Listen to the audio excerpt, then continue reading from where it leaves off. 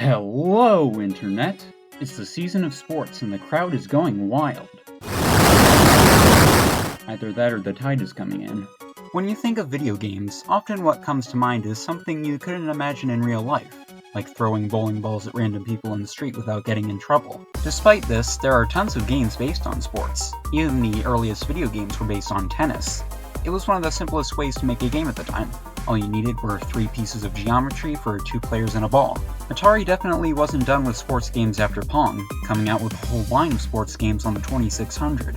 Each one did a little something different. Football had multiple players, boxing tried to top-down perspective, bowling had simple physics for the pins, home run included multiple playstyles, basketball messed with gravity, tennis was much more advanced than Pong, and golf was definitely a game. Once Atari understood their tech a bit more, we got the new and improved Real Sports series. Some are updated from the old sports, some are completely new, and then there's volleyball. Alright, let's move on to the NES. Of course, we have the sports series of black box NES games and volleyball, but at this point we began to get more advanced titles featuring actual players with unique abilities, such as breaking the whole game. These games are pretty cool virtual sports, but I feel like they could use some more plumber representation. Luckily, Nintendo has my back with NES Open Tournament Golf. The presentation is increased tenfold from the original NES Golf, and various Mario characters are thrown into the mix. There have been plenty of Mario sports titles over the years, with the home console versions featuring plenty of elements from the series, and handheld versions adding all these little original characters and unique mechanics. And this isn't the only game series with a sports spin-off. Kirby's Dream Course takes a more abstract approach to a golf game, and the less said about Mega Man Soccer the better. Let's get back to something a little more traditional with Dick Vitale's Awesome Baby College Hoops.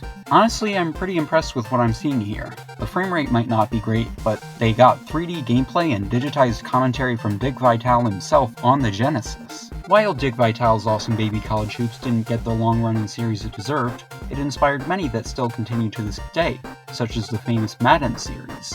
These games release almost every year, and to be honest, they sort of begin to blend together. Why does one buy a new game each year when they're all the same? Tables can be pretty wobbly this time of year. But some of the greatest sports games have to be the Wii Sports series. They might not be the most graphically intense or in-depth, but the sheer variety of sports covered, innovative motion controls, and large amounts of Nintendo charm make these a clear favorite of mine. Now that we've seen the wide world of sports and gaming, it's a great opportunity to... Whoa! I guess the tide really was coming in. Oh yeah, this is a surfing contest.